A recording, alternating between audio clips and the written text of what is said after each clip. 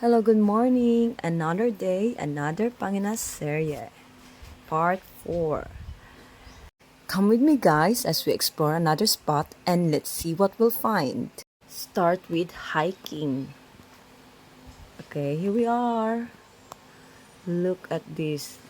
Ang ganda-gandang view sa umaga. Napakalapad talaga.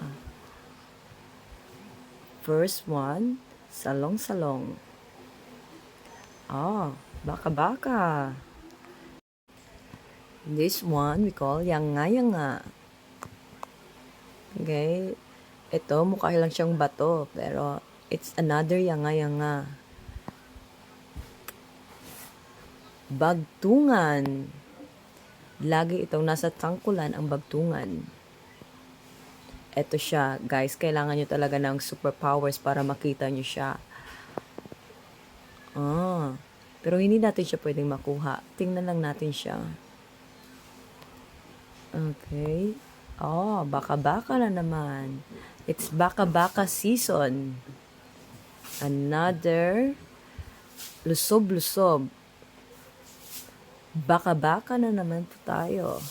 Talagang jackpot tayo ngayon. Lana-lana. One of my favorite. Masarap kasi ito mananam. Okay. Another baka-baka. Nagtatago siya. Look at this. Baka-baka na naman tayo. Another lusob-lusob.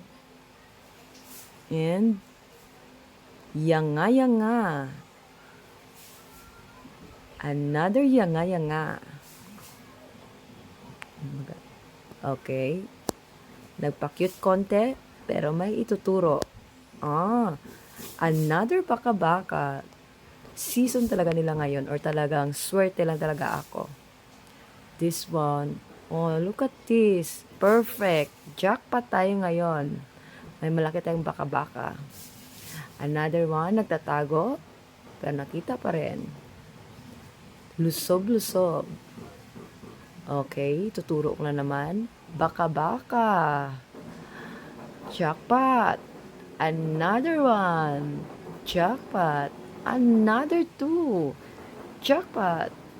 Another 3. Jackpot. Another 4. Sunod-sunod na talaga ang grasya ko. Talagang swerte lang talaga siguro ako today. Yanga-yanga naman tayo. This one, baka-baka na naman. Marami talaga sila ngayon. Kasi usually, pag mag-high tide, doon sila yan lumalabas ang mga baka-baka. Yan talaga yung time nila pag lumabas. At biglang umulan. So, uwi na tayo guys. Thank you for watching and please like, share, and follow.